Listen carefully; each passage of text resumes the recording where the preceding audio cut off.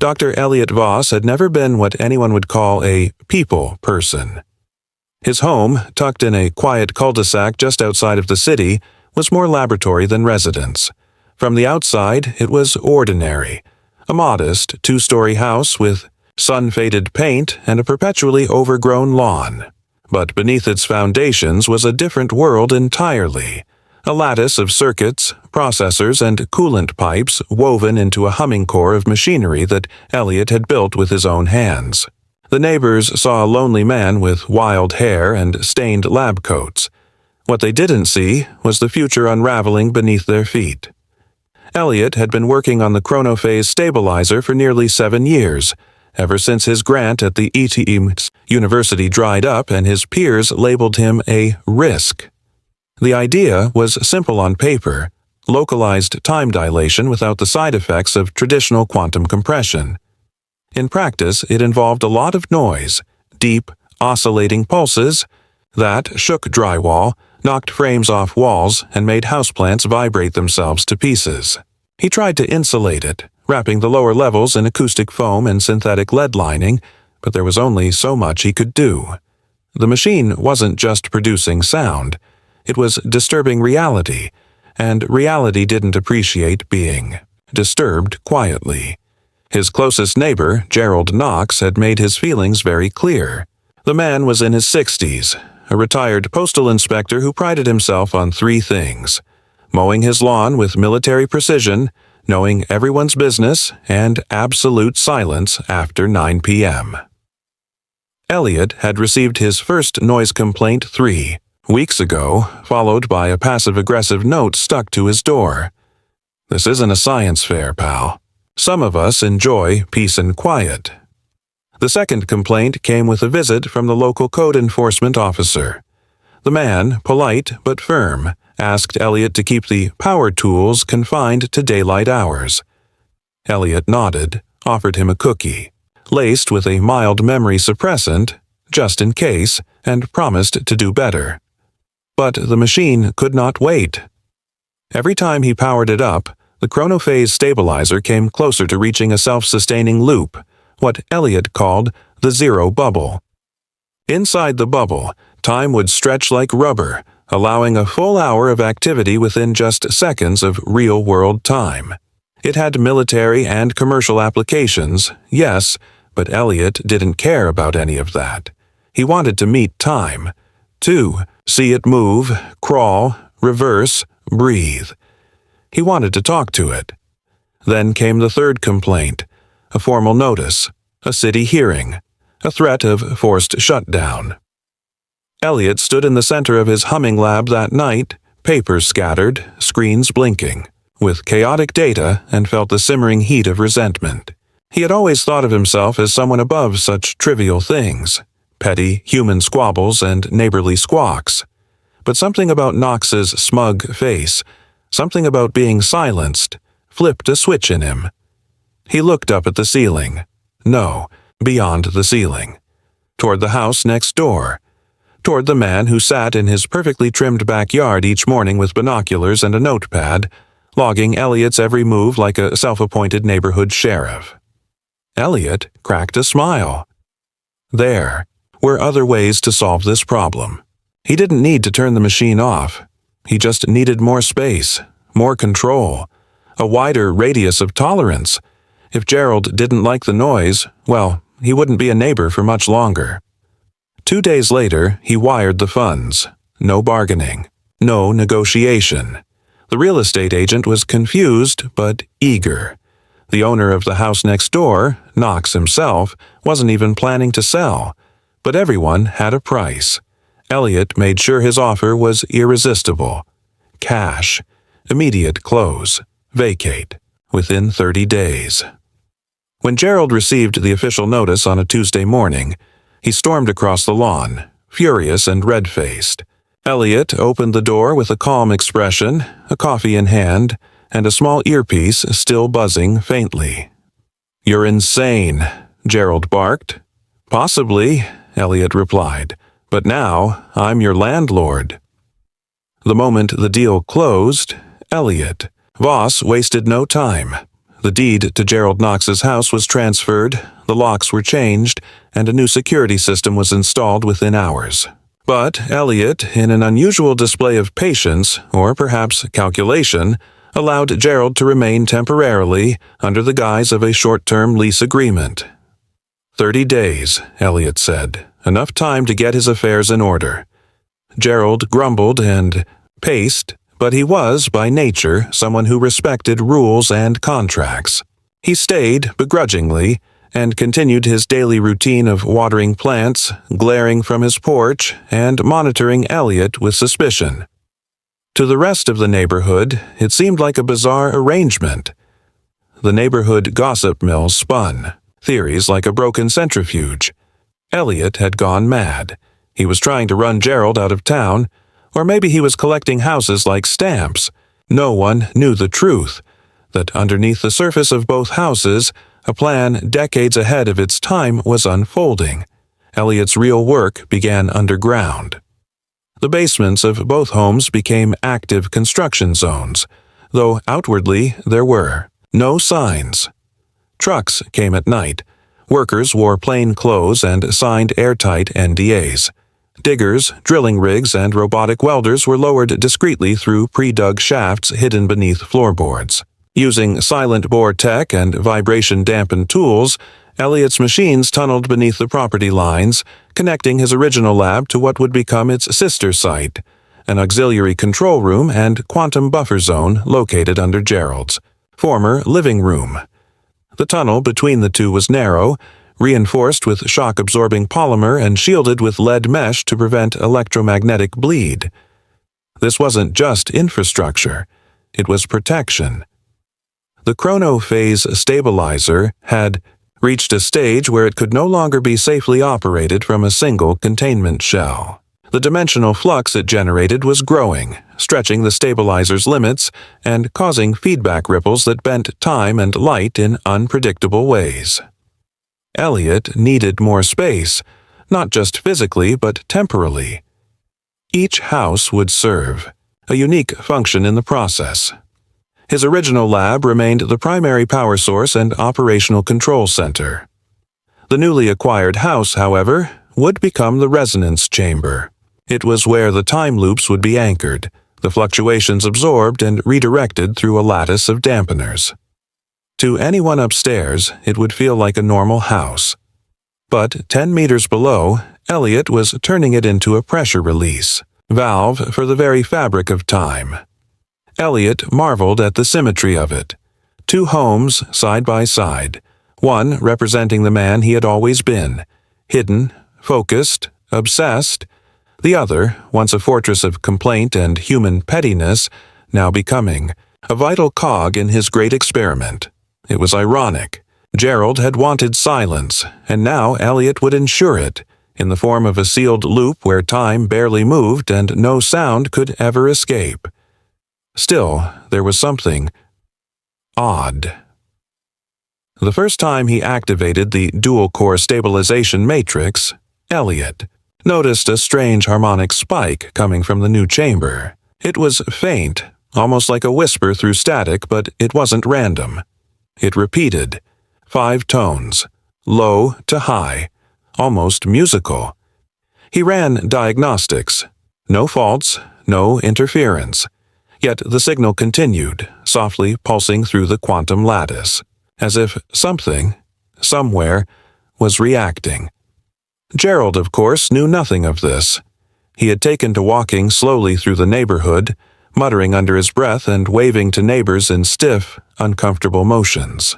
He still looked at Eliot's house with a kind of bitter reverence, as if unsure whether to call it his enemy or his church. "You're digging under my house," Gerald muttered one day when Eliot passed him at the property line. "No," Eliot replied with a dry smile. "My house."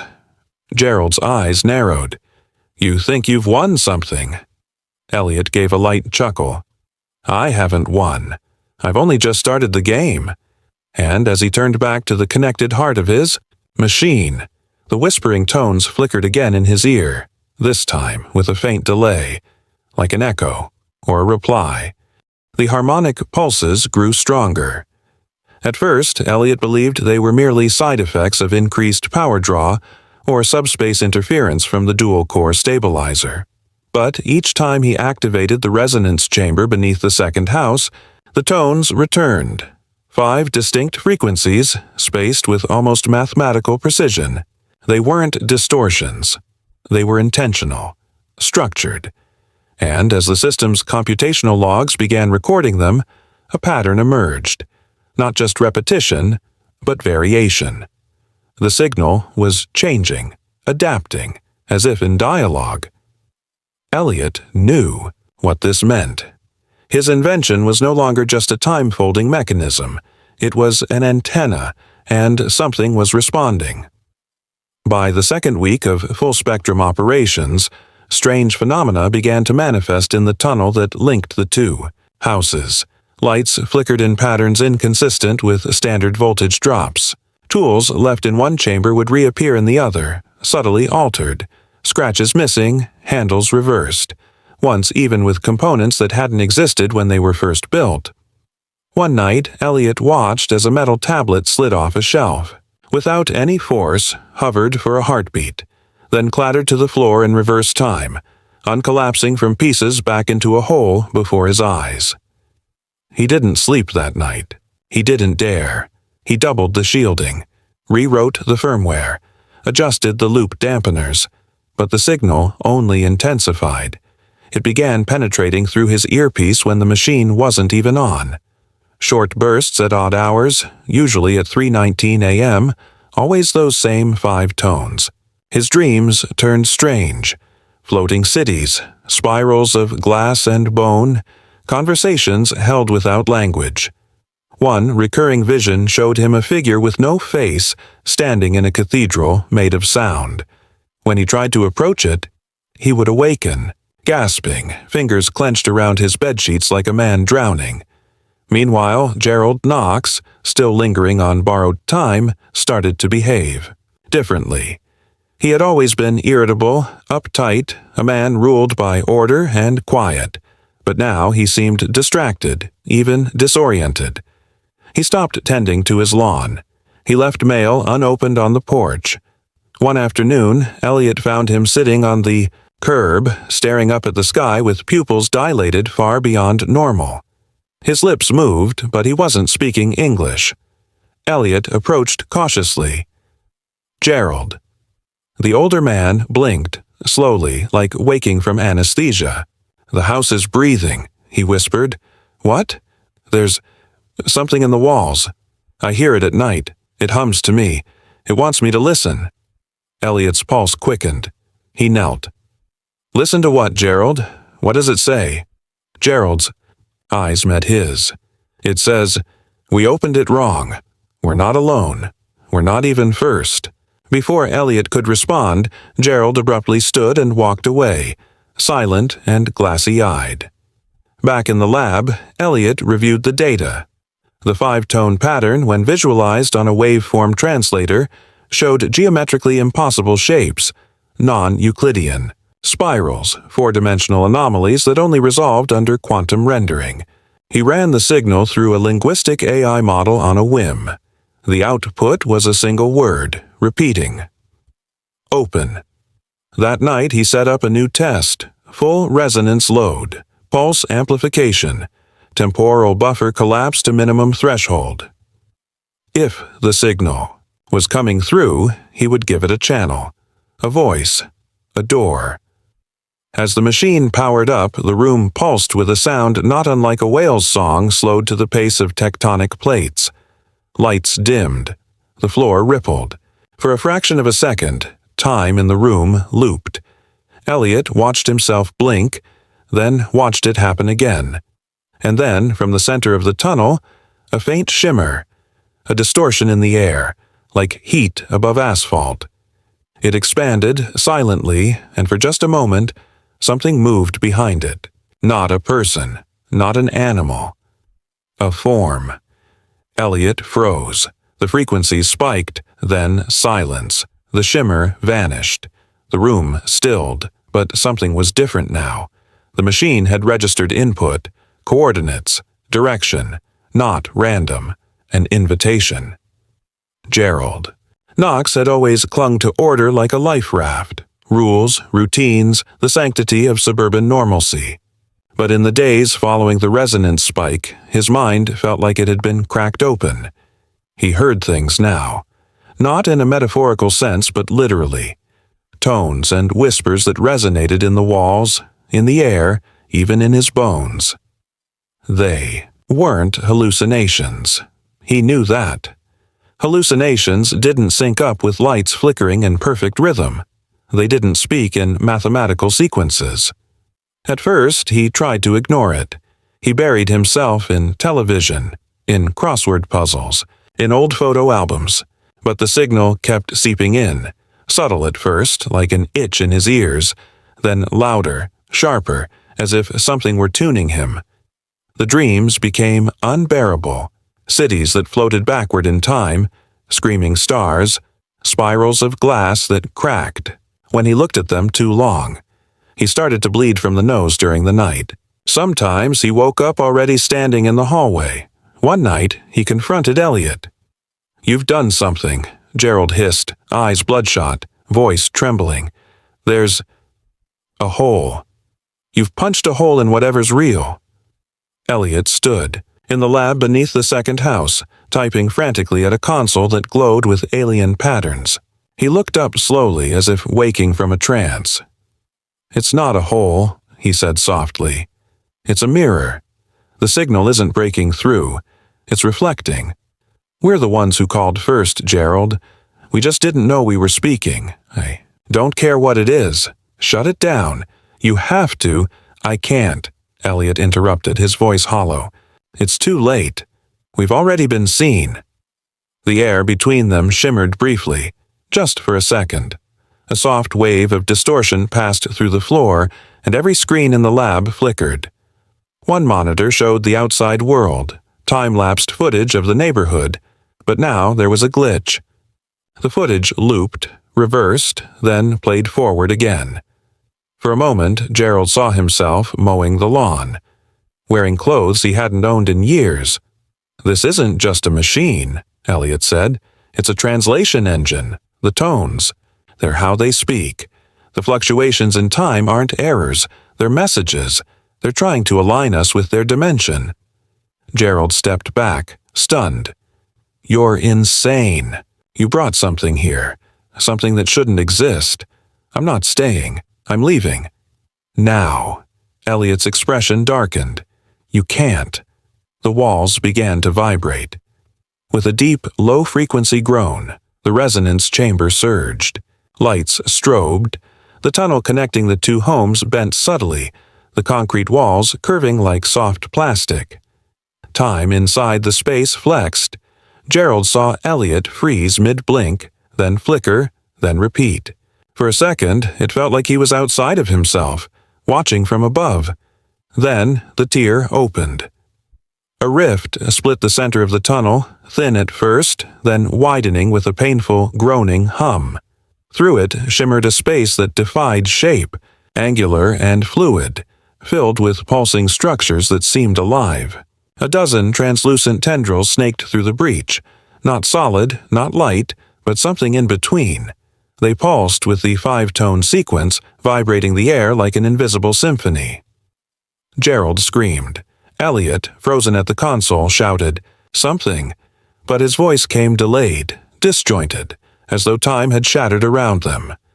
One of the tendrils reached toward Gerald. It didn't touch him physically, but it entered him.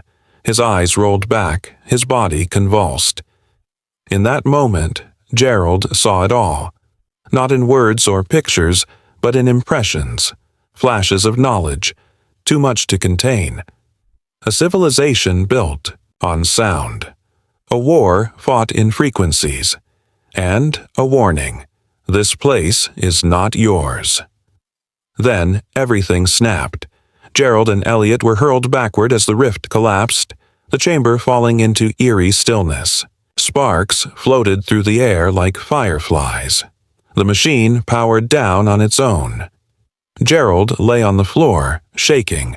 Eliot crawled to the console, stunned. Both men, broken in different ways, sat in silence. For the first time in years, Gerald spoke with no anger.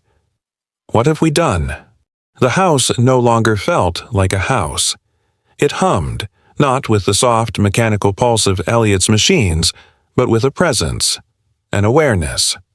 The walls seemed thicker now, as though layered with something more than drywall and insulation.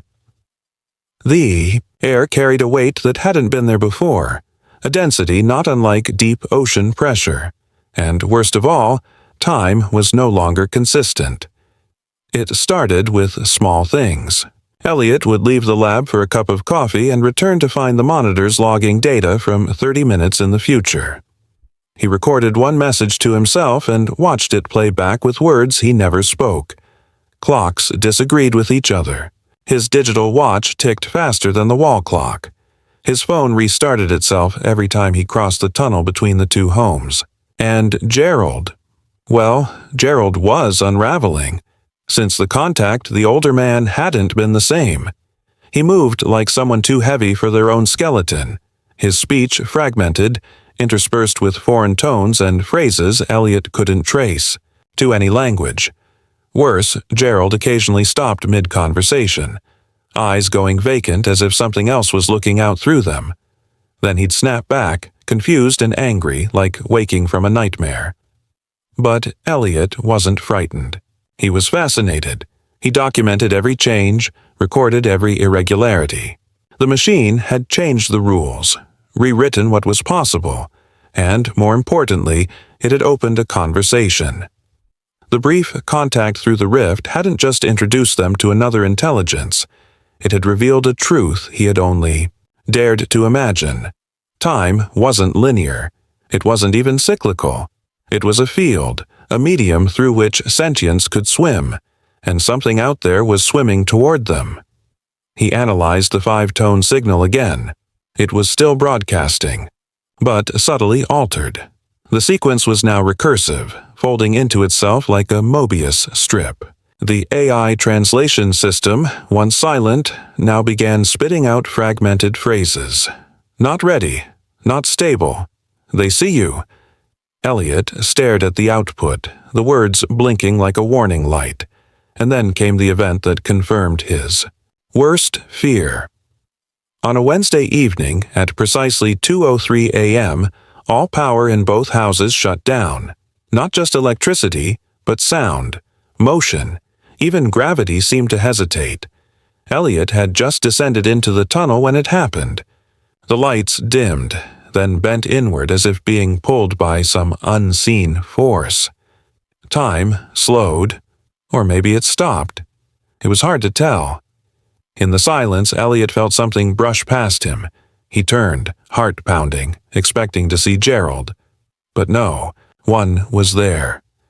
The shadows twisted unnaturally, and in the far end of the tunnel where the rift had once opened, a faint outline hovered, like a silhouette made of static. It didn't move like a living creature, it simply existed. It was wrong, not by design but by context, like a color that didn't belong in any known spectrum. Then it spoke. Not aloud, not even through vibration, but directly, into Eliot's mind. You breached protocol. Your layer was not cleared. Eliot's knees buckled. His thoughts weren't his own anymore. Memories flickered in and out of order.